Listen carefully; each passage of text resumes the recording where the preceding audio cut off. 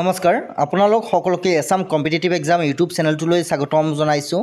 DLED pre entry test 2025 বৰ্ষৰ কাৰণে আপোনালোকৰ পৰীক্ষালৈ মাজত মাত্ৰ 30টা দিন আছে, কিয়নো আপোনালোকৰ পৰীক্ষা অনুষ্ঠিত হ'ব অফিচিয়েল নটিফিকেশ্যন অনুসৰি 13 জুলাই 2025। গতিকে এই 30 দিন আপোনালোকক আমাৰ চেনেলৰ তৰফৰ পৰা অহৰহভাৱে আমি ইম্পৰ্টেণ্ট ক্লাছসমূহ এই চেনেলটোৰ জৰিয়তে দি যাব ট্ৰাই কৰিম। গতিকে আপোনালোকে প্ৰতিটো ভিডিঅ' চাব, এটা ভিডিঅ' মিছ নকৰিব। প্ৰতিটো ভিডিঅ' আপোনালোকৰ কাৰণে যথেষ্টখিনি গুৰুত্বপূৰ্ণ হ'ব। গুৰুত্বপূৰ্ণ কুৱেশ্যন এনচাৰসমূহ আমি ডিছকাছ কৰিম।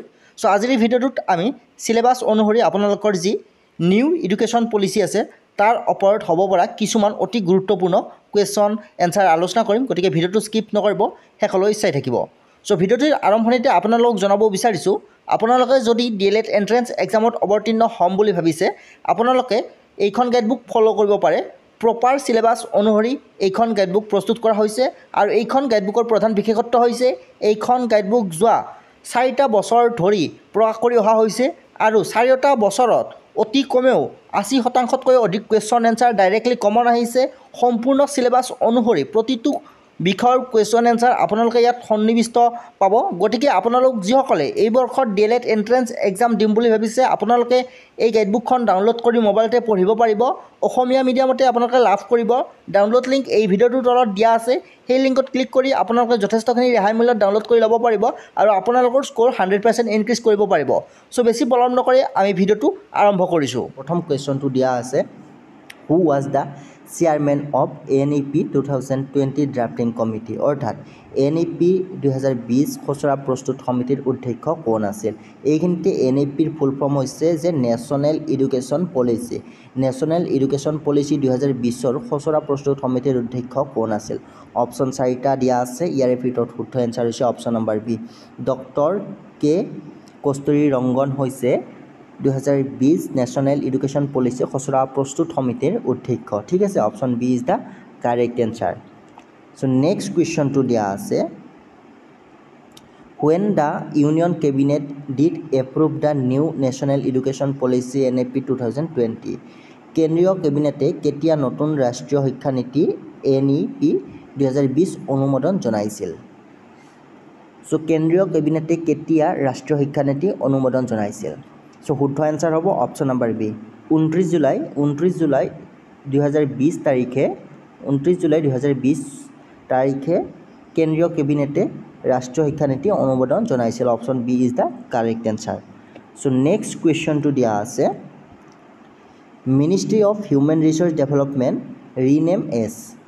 এইখিনিতে মন কৰিব, MHRDৰ ফুল ফৰ্ম হৈছে ministry of human resource development. মানৱ সম্পদ উন্নয়ন মন্ত্ৰালয়ৰ নাম সলনি কৰি কি নাম দিয়া হৈছে? অৰ্থাৎ মিনিষ্ট্ৰী অফ হিউমেন ৰিচ'ৰ্চ ডেভেলপমেণ্টৰ ৰিনেম কি দিয়া হৈছে? অপশ্যন 4টা দিয়া আছে, ইয়াৰ শুদ্ধ answer option B, ministry of education. অৰ্থাৎ মিনিষ্ট্ৰী অফ হিউমেন ৰিচ'ৰ্চ ডেভেলপমেণ্টৰ ৰিনেম হৈছে মিনিষ্ট্ৰী অফ এডুকেশ্যন। বৰ্তমান মিনিষ্ট্ৰী অফ এডুকেশ্যন বুলি জনা যায়। ঠিক আছে, অপশ্যন বিটো হৈছে শুদ্ধ এনচাৰ।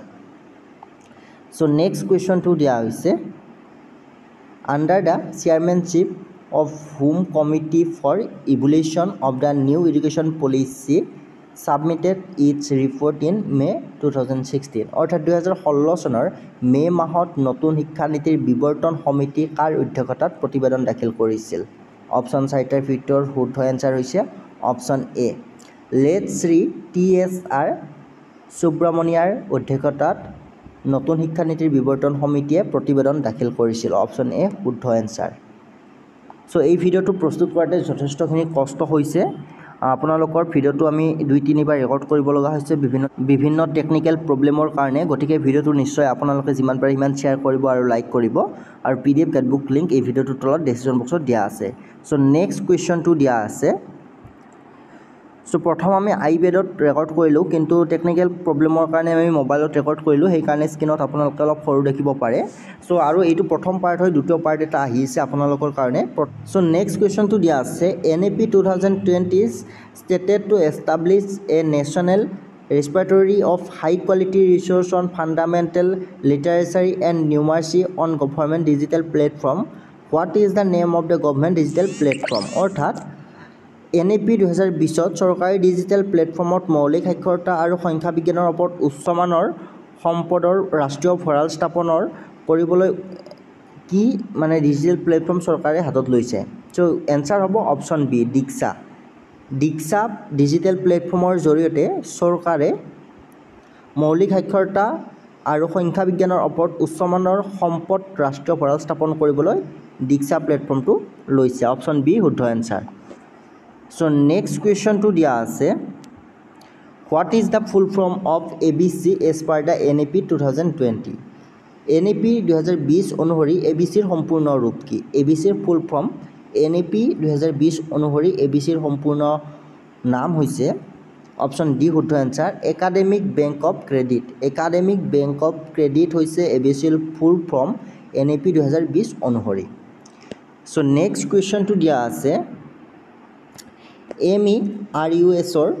MERUSৰ সম্পূৰ্ণ নাম ফুল ফৰ্ম ঠিক আছে চ' ইয়াৰ শুদ্ধ এনচাৰ হ'ব অপশ্যন এ অপশ্যন এ টো ফুল ফৰ্ম হয় MERUৰ সম্পূৰ্ণ নাম হৈছে multi disciplinary education and research universities option A is the correct answer অপশ্যনটো দিয়া আছে the NEP 2020 replace the so' option চাৰিটা দিয়া আছে ইয়াৰে ভিতৰত শুদ্ধ এনচাৰ হ'ব অপশ্যন নাম্বাৰ এ শুদ্ধ এনচাৰ নেশ্যনেল এডুকেশ্যন পলিচি 1986 চনৰ এডুকেশ্যন পলিচি ৰিপ্লেচ কৰি 2020 চনৰ এডুকেশ্যন পলিচিখন অনা হৈছে ঠিক আছে অপশ্যন এ টো শুদ্ধ এনচাৰ চ' নেক্সট কুৱেশ্যনটো দিয়া আছে how many the fundamental principles mention in national education policy 2020 ৰাষ্ট্ৰীয় শিক্ষানীতি 2020ত উল্লেখ কৰা মৌলিক নীতি কেইটা ৰাষ্ট্ৰীয় শিক্ষানীতি 2020ত উল্লেখ কৰা মৌলিক নীতি হৈছে 5টা খুবেই গুৰুত্বপূৰ্ণ অপশ্যন এ শুদ্ধ এনচাৰ ৰাষ্ট্ৰীয় শিক্ষানীতি 2020ত উল্লেখ কৰা মৌলিক নীতি হৈছে 5টা চ' এইখিনিতে আপোনালোকৰ কাৰণে এটা ঘোষণা কৰিব লৈছোঁ আপোনালোকে যদি এই ভিডিঅ'টোত 1000টা লাইক কৰি দিয়ে 1000টা যদি আপোনালোকে লাইক কৰি দিয়ে আপোনালোকে নেশ্যনেল এডুকেশ্যন পলিচিৰ ওপৰত হ'ব পৰা আটাইকেইটা কুৱেশ্যনৰ PDF ফাইল আপোনালোকে ফ্ৰীতে লাভ কৰিব আমি আমাৰ টেলিগ্ৰাম চেনেলত দি দিম কিন্তু ভিডিঅ'টো আপোনালোকৰ 1000 লাইক হ'ব লাগিব গতিকে যিমান পাৰে সিমান শ্বেয়াৰ কৰিব আপোনালোকে ফ্ৰীতে নতুন এডুকেশ্যন পলিচিৰ সম্পূৰ্ণ কুৱেশ্যন এনচাৰ লাভ কৰিব ঠিক আছে চ' নেক্সট কুৱেশ্যনটো দিয়া আছে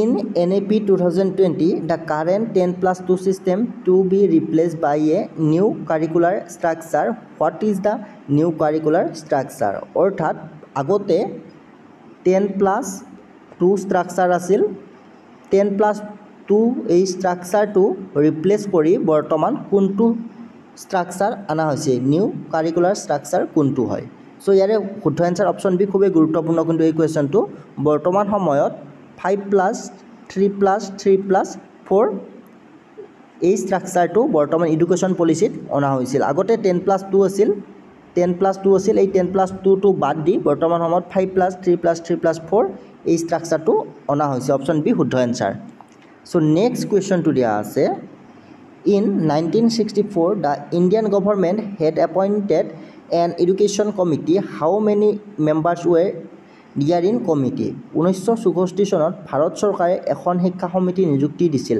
কমিটিখনত কিমানজন সদস্য আছিল 1964 চনত ভাৰত চৰকাৰে নিযুক্তি দিয়া সমিতিখনত কিমানজন সদস্য আছিল ইয়াৰে শুদ্ধ এনসাৰ হ'ব অপশ্যন ডি শুদ্ধ এনসাৰ 17 জন সদস্য আছিল ঠিক আছে সো নেক্সট কুৱেশ্যনটো দিয়া আছে First education policy is passed by Indian Parliament in which year খুবই গুৰুত্বপূৰ্ণ প্ৰথম এডুকেশ্যন পলিচি ভাৰতীয় সংসদে কিমান চনত গৃহীত কৰে সো এনসাৰ হ'ব অপশ্যন নম্বৰ সি 1968 চনত 1968 চনত প্ৰথমবাৰৰ কাৰণে এডুকেশ্যন পলিচি ভাৰতীয় সংসদে গৃহীত কৰে সো নেক্সট কুৱেশ্যনটো দিয়া আছে ফুল ফৰ্ম অফ প্ৰকাশ PARKH ৰ ফুল ফৰ্ম সো শুদ্ধ এনসাৰ হ'ব option D performance assessment relation and analyze of knowledge for holistic development so screenshot mari bhaldore monot rakhibo ulta palta nokoribo je prokashor full form hoise je performance assessment relation and analyze of knowledge for holistic development option d শুদ্ধ answer ঠিক আছে screenshot mari bhaldore sabo so next question to dia ase full form of NCT ৰ full form ইয়াৰ শুদ্ধ answer option A national council for teacher education খুবেই গুৰুত্বপূৰ্ণ কিন্তু NCTৰ ফুল ফৰ্ম হৈছে national council for teacher education so next কুৱেশ্যনটো দিয়া আছে By which year the minimum degree qualification for teaching is going to be a 4-year integrated B.Ed degree. So এইখিনিতে আপোনালোকৰ এটা ধাৰণা ক্লিয়াৰ হ'ব এই কুৱেশ্যনটোৰ জৰিয়তে আপোনালোকে বহুতো কুৱেশ্যন কৰি আছে যে DLED নোহোৱা হ'ব নেকি 2030 চনৰ পিছত DLED কি হ'ব সো 2030 চনৰ ভিতৰত কি হ'ব 2030 চনৰ ভিতৰত 4 বছৰীয়া সংহত B.Ed ডিগ্ৰী আহিব সো ইয়াত কৈছে যে কিমান চনৰ ভিতৰত শিক্ষকতাৰ বাবে ন্যূনতম ডিগ্ৰী অৰ্হতা 4 বছৰীয়া সংহত B.Ed ডিগ্ৰী অৰ্থাৎ 2030 চনৰ ভিতৰত শিক্ষকতাৰ বাবে ন্যূনতম ডিগ্ৰী অৰ্হতা 4 বছৰীয়া সংহত B.Ed ডিগ্ৰী আহিব এই কথাটো মনত ৰাখিব 2030 চনৰ ভিতৰত 4 বছৰীয়া সংহত B.Ed ডিগ্ৰী আহিব বৰ্তমান সময়ত যেনেদৰে ইন্টিগ্ৰেটেড MSc আছে MCom আছে তেনেদৰে আপোনালোকৰ সংহত B.Ed ডিগ্ৰী আহিব সো নেক্সট কুৱেশ্যনটো দিয়া আছে As per NEP 2020 the responsibility to develop adult educator framework has been given to which one of the following organization অৰ্থাৎ NEP 2020 অনুসৰি প্ৰাপ্তবয়স্ক শিক্ষাবিদ কাঠামো প্ৰস্তুত কৰাৰ দায়িত্ব কোনটো সংস্থাক দিয়া হৈছে অপচন 4টাৰ ভিতৰত শুদ্ধ আনসাৰ অপচন বি শুদ্ধ আনসাৰ NCERT এই কাঠামোৰ দায়িত্ব দিয়া হৈছে ঠিক আছে 2020 চনৰ NEP অনুসৰি প্ৰাপ্তবয়স্ক শিক্ষাবিদৰ কাঠামো প্ৰস্তুত কৰাৰ কাৰণে NCERT দায়িত্ব দিয়া হৈছে সো নেক্সট কুৱেশ্যনটো দিয়া আছে NCF 2005 is largely based on অৰ্থাৎ NCF 2005 বহুলাংশক ভিত্তি কি ইয়াৰে ভিত্তি হৈছে কনষ্ট্ৰাকটিভিজম গঠনমূলকতাবাদ ইয়াৰ মূল ভিত্তি ঠিক আছে option D correct answer so আজিৰ এই ভিডিওটো আমি এইখিনিতে শেষ কৰিছোঁ অতি শীঘ্ৰে আপোনালোকৰ কাৰণে আমি দ্বিতীয় পাৰ্টটো লৈ আহিম যথেষ্টখিনি গুৰুত্বপূৰ্ণ কুৱেশ্যন আছে NEPৰ ওপৰত যিসকলে PDF বেটবুকখন এতিয়াও ডাউনলোড কৰি লোৱা নাই ডাউনলোড কৰি ল'ব পাৰিব লিংক এই ভিডিওটোৰ তলত ডেসক্ৰিপশ্যন বক্সত দিয়া আছে লগতে আপোনালোকে যদি এই ভিডিওটো 1K লাইক কৰি দিয়ে তেতিয়াহ'লে আপোনালোকে NEPৰ ওপৰত সম্পূৰ্ণ PDF ফাইল ফ্ৰীতে লাভ কৰিব সো ভিডিওটো এইখিনিতে কৰিছোঁ ধন্যবাদ